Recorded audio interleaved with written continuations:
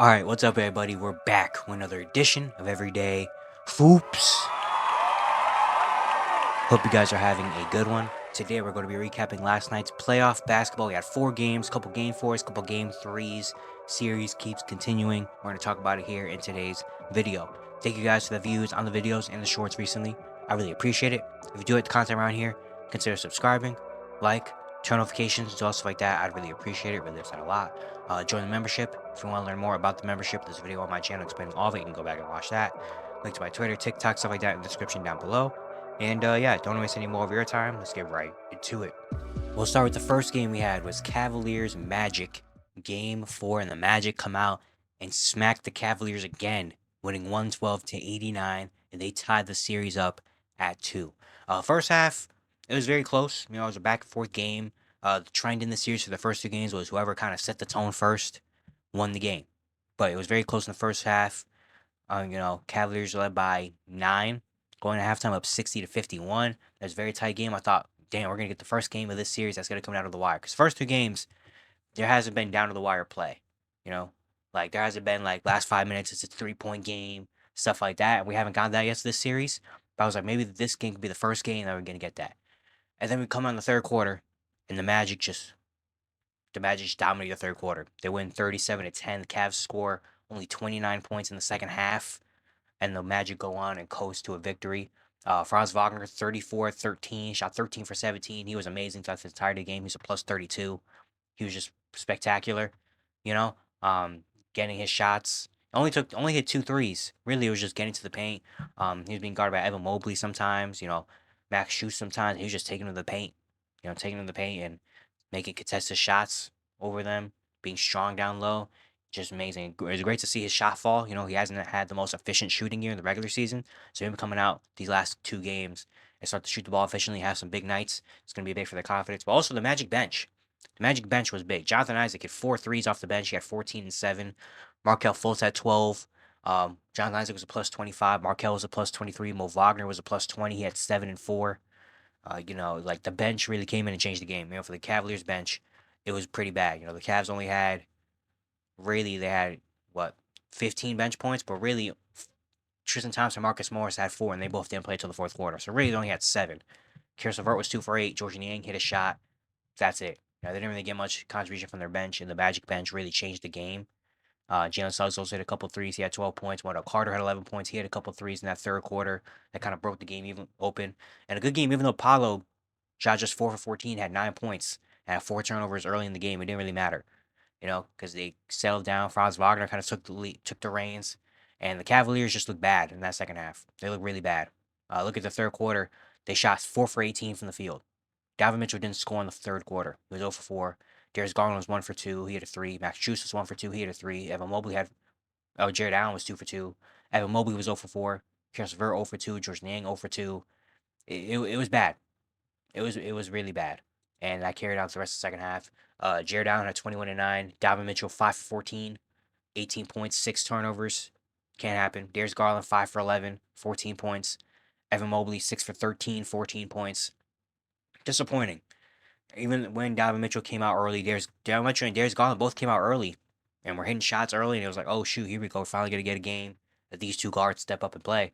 And after the first quarter, and after like the second half, really, they just didn't show up. In the second half, they combined for 6 points, and that was all Darius Garland. Donovan Mitchell didn't score in the second half. That's just, you're not gonna win. You're not gonna win. Donovan Mitchell needs to be a whole lot better. The guards need to be a whole lot better. Donovan Mitchell, of course, he had the first 2 games, but the last 2 games have been unacceptable from him. He has to be better. He can't just have 18 points with this team. 5-14, under 40% shooting, 6 turnovers. You can't have that. And Darius Garland has not really gotten anything really in this series. So far in this series, Darius Garland is averaging 12 points, 3 rebounds, 6 assists. He's shooting 42% from the field, 41% from 3, 60% from the free throw line. He has 12 turnovers. He's just not gotten going at all, and that's a little worrying for the Cavaliers, that they can't have Darius Garland get going and do much. Evan Mobley also didn't have an amazing game. He was being aggressive a little bit, but it was only at points where it was like the Magic were forcing him kind of to put the ball on the floor. They also need their bench. Obviously, they have Karis LeVert, have been one of the better 6-man. George Niang is a 3-point shooter off the bench. Isaac Coro provided some energy on both ends, but they need to be better. They need more from them, especially if the Magic bench, Jonathan Isaac and Mark Fultz, is going to combine for what? They combine for 26 points in this game. You just can't have that. So yeah, the Cavaliers need to be a whole lot better, and now it's 2-2. It's 2-2, and now it's a best of three. It's basically 0-0 now, best of three. The Cavaliers do have home court advantage, and so far the home team has won every game in this series. But the Cavaliers, I'm kind of worried for the Cavaliers. Honestly, I'm kind of worried. They have not had an amazing offensive game so far in this series. They have not scored 100 points in this series yet. Actually, honestly, oh well, they did score 90. They scored 97 in their first game, 96 in the second game. Last two games, they scored 83 and 89. So they have not had good offense in this series. But the first two games, they were getting by because the Magic were not having good offense. Now the last two games, the Magic have exploded for 100-point games, and the Cavaliers can't get to 90, and that's a problem. That's a problem. And if the Cavaliers can't figure out something, if Donovan Mitchell and Darius Garland can't get it going, can't start hitting shots, it's gonna be a rough day. It's gonna be a rough night. Rest of the series for the Cavaliers. Now for the Magic, they have confidence now. They got momentum.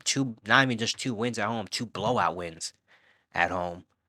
Franz Wagner starting to hit the shots. Jonathan Isaac, Markel Fultz are starting to hit their shots. The bench is starting to provide. Wendell Carter's starting to make, use of his minutes. So it's like the Magic have all the momentum now going into Game 5 in Cleveland. So the Cavaliers really got to step it up. Donovan Mitchell and Darius Garland need to make it a point of emphasis to come out next game and dominate. At least Donovan Mitchell has to come out and make it a point of emphasis. He needs 30. He needs 30 next game. Needs it. No excuse. He needs 30 next game for the Cavaliers. Because honestly, I'm kind of worried for the Cavaliers in this series. Because the Magic have all the momentum. They've been playing really good on both ends. They put Jalen Suggs like Donovan Mitchell, and it's been really hard for Donovan Mitchell to get going. And they have confidence now. They see one or two shots go in, and all of a sudden, it feels like it's pouring it on. So the Cavaliers need to come out and be aggressive to start Game 5, and Donovan Mitchell needs to act like a superstar. This game we had was Thunder and Pelicans Game 3. The Thunder come out and beat the Pelicans 106-85. They take a 3-0 series lead. Yeah, it was a very interesting game early. Jalen Williams got hurt really early on, like in the first play of this game. It was very, kind of back and forth, tight type of game. Go to the second quarter, the OKC outscores them by 10. And then we get to the third, and OKC just was wearing them down at that point. Like, it wasn't even like they had like a 40-point quarter or anything. It's literally they just beat them down slowly, slowly, slowly, slowly. So New Orleans just couldn't catch up. And New Orleans had another bad shooting night from the field. Yeah, OKC just dominated them. 24 for Shea, 5 rebounds, 8 assists, 4 steals, shot 8 for 20. J-Dub at 21, 9 and 5. 21 for Josh Giddey, 21, 8 and 6. He hit 4 threes. That's huge to have him maybe get going, have a game like that. Lou Dort hit 4 threes. He had 12 points. Chet only had 6 points in this game. It was 2 for 8, 1 for 4, but he had 4 blocks. He was dominating the defensive end. I don't think New Orleans got the message that Chet Holmgren can block shots, because New Orleans like 3 or 4 times just went right at Chet Holmgren, and Chet Holmgren denied him every single time. You know, but yeah, OKC 47% from three. You know, yeah, they played a really good game, and they won the rebounding battle, which is interesting. They won the rebounding battle 47-45. It wasn't much, but they did. They limited Valanciunas to just 4 rebounds. He also only played 12 minutes, not even 12, almost 12 minutes, because he just couldn't really stay on the court against Chet Holmgren and them. And Josh Giddey started hitting shots, Dort started hitting shots, and Valanciunas just couldn't really stay on the court in this game, which is big for OKC being able to play him off the court. Because Valanciunas really has been their only problem in this series. Has been JV down low, getting offensive rebounds and scoring in the paint. So now they got Valanciunas out of the game. That opened up everything. Yeah, New Orleans 9 for 32 from three, 28%. I don't know what they're shooting from three in the series, but it's got to be pretty bad. Like it has to be pretty bad. Yeah, I can't find what the team is shooting from three, but it's been pretty bad. It's been pretty bad. They just haven't been able to find a rhythm. CJ McCollum 7 for 22, 16 points, 6 turnovers. Trey Murphy was 4 for 12. Herb Jones was 4 for 11, 1 for 6 and 3. Brandon Ingram was 7 for 14, but Lou Dort was still on him like a glove. The bench couldn't provide much. Larry Nance had 9, 13, and 5. He was trying, but just not enough. Najee Marshall 2 for 6. Jose Alvarado 0 for 4. Like, it's bad. OKC's defense is really locking in. New Orleans hasn't been able to hit threes. OKC's defense is blocking it, especially in the paint. Trey Young's been protecting that paint, and New Orleans just can't really keep up, especially without Zion.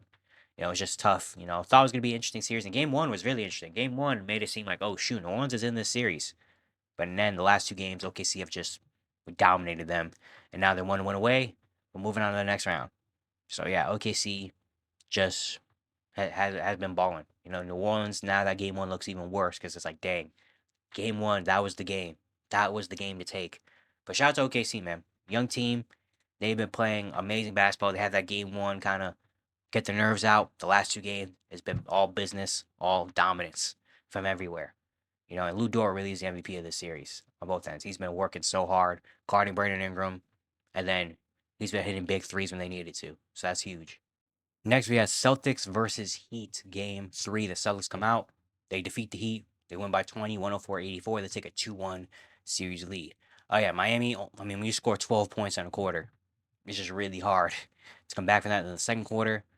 Boston put up 42 points. Tatum had 13. Derek White had 12. Everybody was hitting. And from then on, Miami just couldn't really come back from that. You know what I mean? Boston takes a 2-1 series lead. Miami, after hitting 23 threes in Game 2, they hit just 9 today. 9 for 28. They were 32% from 3. Just couldn't get it going. And Boston only hit 11, which for Boston doesn't look like that much, but it was more than Miami did. But Boston's defense was really good in this game. Especially, they set the tone early on the defensive end, and they just carried it throughout the rest of the game. Boston really locked into that defense because the last game they were just not good defensively. And last game now Game 2 looked like kind of a wake up call. It's like, hey, Boston, you guys still got to play, right? You still got to execute and play. I know you've been dominating the entire NBA, but it's the playoffs now. You got to come with it. And they got the message. 22, 11, and 6 for Jason Tatum. Another great game from him. 22 and 8 for Jaylen Brown. 11 for 20 shooting. Porzingis finally got back into the game with 18 points. Hit 3 threes. Derek White hit 16 points. Yeah, just regular old Boston Celtics basketball. Just dominance on both ends. Defensively, they were really locked in. And offense, once they started hitting their shots, things were going really well. They also went to the free throw line a lot. 21 free throws is big. For Miami, just couldn't really find it. Again, scoring just 12 points in the first quarter is just really hard to come back from that. Bam had 20. Tyler Hero, after having an amazing game too, shot just 5 for 16 last night's game. They kind of locked back in on him. Only had 2 assists as well. Ham Yaquez, 5 for 13. Jovic had 5 for 11. He was at 15 and 8. The bench couldn't really provide much in this game either. And yeah, just really, really, really tough. Caleb Martin also only hit 1 3 in this game. He had 5 points. He was a minus 23. So Boston just came out and just dominated like they did in Game 1. Boston kind of realized again, Game 2 now looks like kind of a wake up call. Just being like, oh shoot, okay, we gotta actually come out and play basketball and respect this team. In the final game of the night, we had Nuggets Lakers Game 4. Lakers on the brink of elimination, and they fight back and they win 119 to 108. They snap the 11-game losing streak, and they finally get a series 3-1 series now going back to Denver. The Lakers got off to a great start, and it was like, it's funny. You could have a 13-point lead at halftime or whatever the lead was at halftime, and that no one cared. No one cared. Everyone was like, okay, cool. Wait till the second half. And it looked like there were so many points in this game where Denver could have just had a run. It just felt like nothing was going in for Denver. Just felt like nothing was going in. Like Jamal Murray missed a couple layups. KCP missed a couple threes. Even the bench had some good looks, just couldn't make it. And the Lakers, everything was going right for LA, honestly. Everything went right for LA. The Lakers got the extra possessions, offensive rebounds, got the turnovers. Denver was missing some easy ones, and everything just broke right for the Lakers tonight. And they finally beat the Nuggets. LeBron, 30 in this game, 14 for 23, establishing himself. Kind of was a lot more aggressive, especially when anybody with Aaron Gordon was on him, he was going to the paint. AD, 25, 23, and 6. Absolutely dominating the boards. Having a good game. D'Angelo Russell bounces back, hit 4 threes with 21 points. Austin Reeves had 21 points as well in this game. So, yeah. They still didn't shoot well from 3. They got to the free throw line. They were 15 for 18 from the free throw line. And again, on the boards, they won 46 to 40. AD dominating the glass by himself, basically. But yeah, the Lakers, they look a lot more poised out there. Their defense was better. They started hitting some shots. Getting contributions from D'Lo and Austin Reeves is huge in this game. And again, Denver just felt like they couldn't find anything. 9 for 30. They had 14 turnovers. Jokic had 33-14, shot 10 for 20. 27-11 for Michael Porter Jr. He was trying his best. But after that, yeah, Aaron Gordon had just 7 points. He was really limited in this game. KCP was only 2 for 3, but it felt like more. Jamal Murray, 9 for 23. The bench only had 5 points. So, yeah, the Nuggets just were really limited in this game. Just couldn't hit the big shots when they needed because the Nuggets were right there. All they needed was Jamal Murray to hit 1 or 2 more shots, and they were right in this game. But it didn't happen. And credit to the Lakers. Lakers finally came out, were aggressive through 48 minutes instead of just 24 minutes. Being aggressive for 48 minutes because they knew too. They were like, we're up 9 with 2 minutes left. We're still not safe right now. We still gotta keep our foot on the gas. And they did. Credit to them. They finally got the win. And now it's a 3-1 series. No sweep. No sweep this time. But we are going back to Denver for a game 5. And we'll see if Denver closing out from there. But yeah, there's so many moments in this game where I feel like, oh, here come the Nuggets. Here we go. And it's funny, I feel like everybody was waiting. I'm like, okay, when are the Nuggets going to take this lead? When is it going to happen? And it never happened. So yeah, credit to the Lakers. LeBron and AD will be aggressive. D'Lo started hitting shots, especially some big ones in the fourth quarter when they needed it. So yeah, credit to the Los Angeles Lakers for keeping their season alive, at least for one more game.